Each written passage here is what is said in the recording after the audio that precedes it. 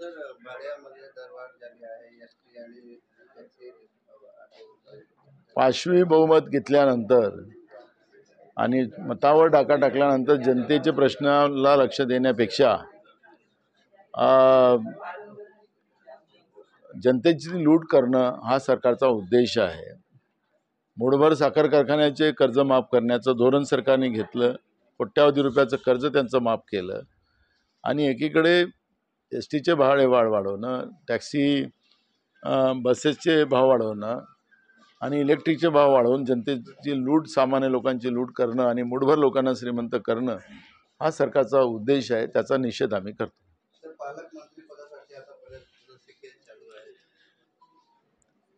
ही सरकार पाशवी बहुमत आणि जनतेच्या आशीर्वादाने आलेली नाही, त्यामुळे या सरकारला मलाई दार व्यवस्था कशी मिळेल आणि कोणाला जास्त लुटता येईल याच्यावर हे सरकार काम करते आणि त्याचाच परिणाम आहे की राज्याची जनता वाऱ्यावर आणि सरकार एकदम एअर कंडिशन तुपामध्ये आहे अशी परिस्थिती आहे। आणि त्याच्यामुळे लोकांचे प्रश्न सोडवण्यापेक्षा स्वतःसाठी जगणं या सरकारची मानसिकता आहे। त्याचा परिणाम आहे की अनेक जिल्ह्यात पालकमंत्र्याची जी पदं आहेत ती रक्त यांनी ठेवलेली आहे।